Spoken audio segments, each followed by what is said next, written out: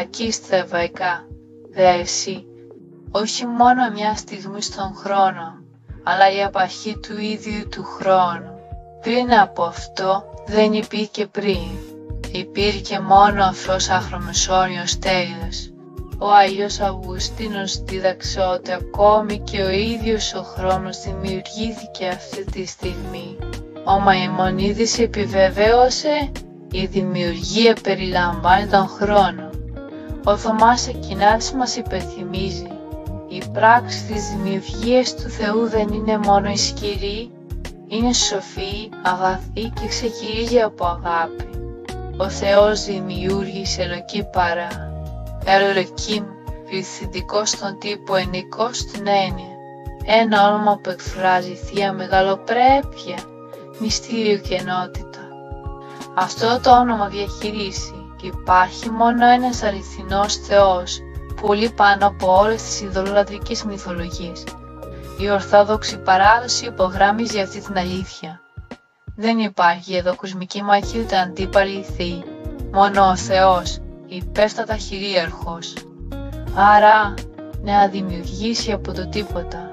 Ένα ρήμα που χρησιμοποιείται μόνο για τον Θεό, όχι αναδιάταξη ή εισαλλαγέννηση της ίδιας της πραγματικότητας με τον Θείο Λόγο. Η κατοίκηση της Καθολικής Εκκλησίας επιβεβαιώνει. Ο Θεός δημιουργεί ελεύθερα από το τίποτα. Η δημιουργία είναι πράξη δύναμης και γενοδορίας. Τους ουρανούς και τη γη. Μια εβραϊκή φράση που σημαίνει τα πάντα.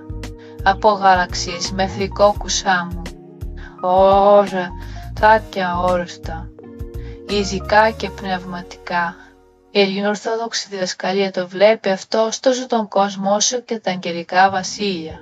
Ο Άγιος Βασίλειος κάποτε έγραψε με μια μόνο λέξη ο ουρανός και η γη ήρθαν σε ύπαρξη. Και το θαύμα, ο ίδιος Θεός που σχημάτισε τα αστέρια σχημάτισε εσένα, με φροντίδα, σκοπό και πρόθεση. Γίνεσαι ένα-δυο η γη ήταν ακάλυπτος και κενός στα εβραϊκά, το χουβαβόχου. Κοσμική κοινότητα, όχι κακό αλλά σαν αμονή τάξης. Ένας άδειος καμπάς για την ομορφιά του Θεού. Η σκοτάδι ήταν πάνω από το πρόσωπο της Αβίσιου Τεχών, μια λέξη που απικεί βαβυλωνιακούς μύθους χάος. Αλλά σε αντίθεση με αρχαίες ιστορίες εδώ, δεν υπάρχει βίος αγώνας. Ο Θεός απλώς φέρνει ειρήνη και το πνεύμα του Θεού επικάθισε πάνω από τα ύδατα ρούαχ Ελοχήν. Μια ιερή εικόνα σαν μητέρα πουλί νεωρείται, έτοιμη να φέρει ζωή. Οι κοπτικές και ανατολικές ορθόδοξες παραδόσεις το ερμηνεύουν αυτό στο Άγιο Πνεύμα προετοιμάζοντας τη δημιουργία. Όπως ακριβώς προετοιμάζει καρδιές ακόμη και τώρα. Τότε είπε ο Θεός, γεννηθεί το φως. Και έγινε φως. Όχι φως ήλιου. Αυτό έρχεται αργότερα. Αυτό είναι πρωταρχικό φως. Το φως της παρουσίας του Θεού αλήθειας και τάξης. Ο Θεός δεν περιγράφει, διατάζει. Και ό,τι μιλάει, γίνεται. Αυτός είναι ο λόγος εν δράση. Ο Θείος Λόγος, όπως μας λέει ο Ιωάννης, αυτό ζωή του και η ζωή του το φως των ανθρώπων. Αυτό το φως δείχνει προς τον Χριστό. Από το πρώτο και όλο στίχο τη γέννηση ήδη μας οδηγεί προς τον Ιησού. Ή ορφτέμε ο Θεός το φως ό,τι είναι καλόν. Το όχι, τα δύσιμο. Αυτή η ώρα εποτισμένο με θεία αξία και σκοπό. Το σκοτάδι εδώ δεν είναι κακό, είναι απλώς η απουσία φωτός. Ο Θεός χωρίζει τα δυο όχι ως ίσα για να αποκαλύψει αντίθεση και σκοπό. Τους ονομάζει μέρα και νύχτα και έτσι αρχίζει ο ρυθμός του χρόνου. Στη βιβλική παράδοση το να ονομάζεις κάτι σημαίνει να το διεκδικείς, να του δίνεις ταυτότητα και νόημα. Έτσι, πέρασε το βράδυ και ήρθε το πρωί η πρώτη ημέρα. Επίπεδα νοήματος θεολογικό, ο Θεός είναι η επαρχή, όχι ένας μεταξύ πολλών. Βάλω στην Ιουργός. Χριστολογικό, το φως προμηνεί του Ιησού, το φως του κόσμου. Ορθόδοξη διδασκαλία, το πνεύμα του Θεού λαουρείται, όχι μόνο τότε αλλά τώρα διαμορφώντας ζωές. Καθολική διδασκαλία, η δημιουργία είναι τακτοποιημένη, καλή και σκοπούμενη.